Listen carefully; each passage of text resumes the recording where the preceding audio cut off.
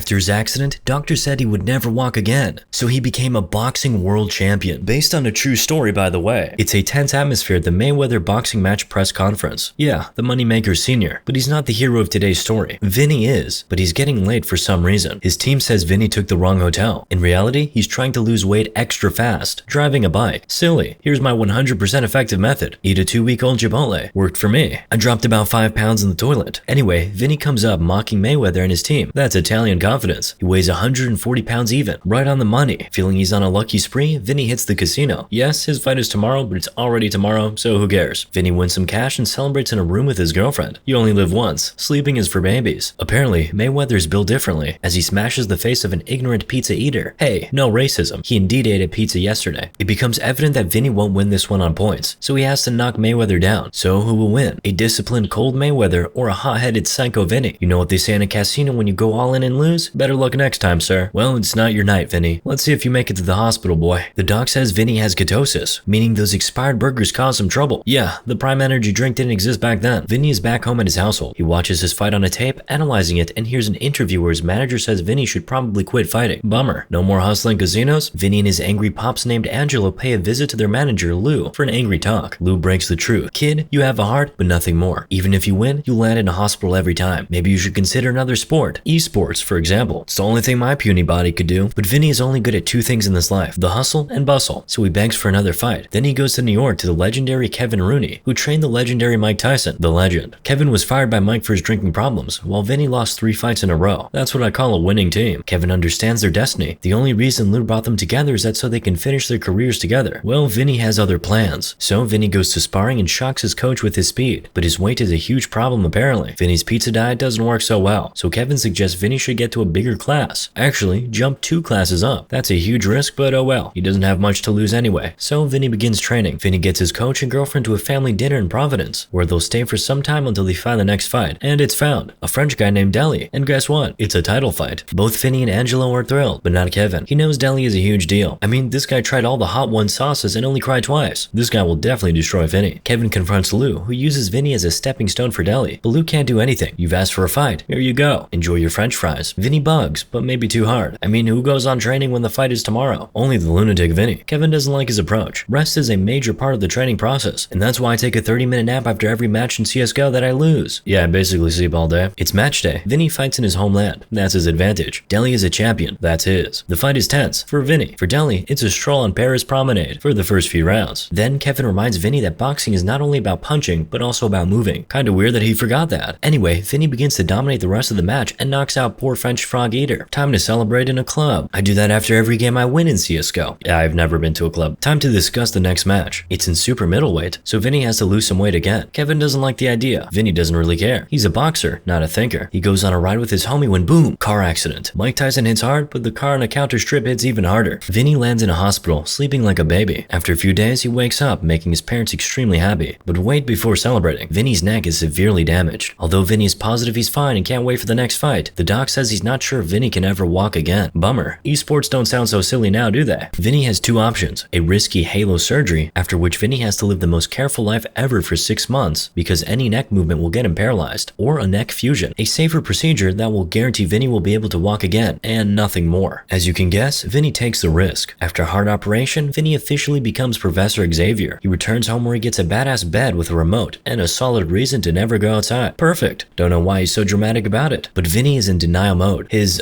girlfriend is freaked out with his streamer setup. No clapping for you. So he goes to a club for some cheap love, but it doesn't make him happy. Time passes by and Vinny gets used to being Stephen Hawking's, but instead of studying some black holes, Vinny prefers chips and TV. Kevin pays a visit and says there's a place that makes Hawaiian pizza just across the street, so Vinny goes on a crusade. When they arrive, it's a surprise birthday party. Everyone is happy for Vinny that he's still alive, but not Vinny. Relatable, especially after Lou asking him to give up his title. Can a guy eat some birthday cake in peace? Anyways, Lou gives Vinny a check and leaves him with a doubt. Then Kevin with his annoying esports career. Dota isn't even cool anymore. Don't you guys understand that the only thing this man knows how to do is punch people in the face? The point is, all the pleasures in his life are now impossible with Metal Gear solidly holding his head in place. Sad that no one believes he will ever fight again. Vinny goes in a casino. Nothing heals your soul better than losing all your money in gambling. Just ask all those Twitch streamers. After a few hours, Vinny is broke as a rat, and a dealer gives him a ride home, while Kevin intentionally gets arrested for driving under the influence. If there's a rock bottom, they just hit it. At home, Vinny puts his gloves in a box. He tries to accept his fate, but darn it, man man loves buffing up. Even a broken neck can't stop him, so he goes for some bench press. Insanely bad idea. First, he tries it with some weight, then without it. He pulls the bar up for one time. A small step for a person, but a huge step for a person with a broken neck. Kevin comes over. He's not in jail, which is already a good day for him, but Vinny makes it worse, asking Kev to start training him again. Training what? But Vinny is deadly serious. Risking a pathetic X-Men life is nothing for him, especially after those last movies. But Kevin still has a life, the one without a driving license but with a happy drinking habit. So Vinny mocks Kev during a card game, making Kev angry, who starts drinking even more. The same night, Vinny wakes up at 3:30 and goes downstairs for his regular life-risking training routine. He finds Kev. Poor fella got too playful with the burning water, but he decided it's better to help Vinny kill himself rather than watching from the side. At the very least, Vinny's head will jiggle like a clown's head from a music box, which is hilarious. And so, the training begins. Vinny hits the weights like a monster. Now tell me why you skipped the gym today. Kev and Vinny have a wonderful time together, making the rest of the family wonder what the hell they are doing in the basement together. Well, someone has to be the boss of the gym. Unfortunately, one night Angelo spots the boys enjoying time together and throws Kevin out of the house. After a few months, it's time to remove the halo. Vinny never did substances in his life, so he has to do it without sedatives. Imagine someone unscrewing bolts out of your skull without painkillers. Yep, that's pretty painful. But life is painful, and Vinny knows that for sure. Slowly, Vinny gets back to regular gym sessions. Pretty soon, he's back to his normal life. Unfortunately, no one wants to fight him. Too afraid to kill the optimistic fella. Kevin arranges a press conference to show the world Vinny in his perfect shape. But even in training, no one wants to have a sparring session with Vinny. Finally, a kid agrees to light sparring, but he doesn't throw punches at him. Vinny gets mad and taunts him, and gets punched in the face straight away. He takes it like a man. He's ready for a fight. Lou sees the press conference on TV and thinks the same. Plus, he sees a great opportunity to sell this fight for a big penny. Meanwhile, Vinny talks with his pops, who refuses to stand in his corner with him, too tired of seeing Vinny get hurt. Come on, Angelo, the worst thing to happen is your son dying. Lou pays a visit to Vinny and brings up the great news. The fight is scheduled. It's a title match for the super middleweight against Roberto Duran. What's even better? It's a $1.6 million paycheck, the biggest in his career. Whoa, that's like 1/10 of the money KSI earned clapping Logan Paul's cheeks. But times have obviously changed. Of course, Vinny agrees. And it's match day. Roberto Duran, 93 wins, 64 knockouts, 4-time world champion. Well, I'd say 1.6 million is probably worth wearing that halo again, but only if Vinny makes it out of the ring after 12 long rounds. It might not take too long. Vinny goes down in the first round but refuses to give up. The man struggles, but his heart is solid stone, just like Duran's fists. And the match continues. Vinny eats the punches but takes it like a man with a broken neck and no brains. But things get dramatic in the 6th round. Pops gets his heart beaten up worse than his son's face, and he begs Kevin to call it off, but Kev refuses. He reminds Vinny how he started from the basement with no strength to pull up his weenie, and now he's here, fighting the world champion. It works like a charm, and Vinny beats the hell out of Duran until the 12th round. And now we're in the final one, all in, just like Vinny loves it. With a destroyed face, Vinny goes into the final round. Things are pretty tough. Vinny is extremely tired, but so is Duran. At this moment, they're just eating punches. Unfortunately, no one got knocked down, so it's up for the judges to decide who won this one. And the winner is 2 points ahead. The world super middleweight champion? It's your boy Vinny. Can you believe it? After doctors say he doesn't have a chance to walk again, Vinny becomes the world champion. Based on a true story, by the way. Moral of the story? Just be yourself.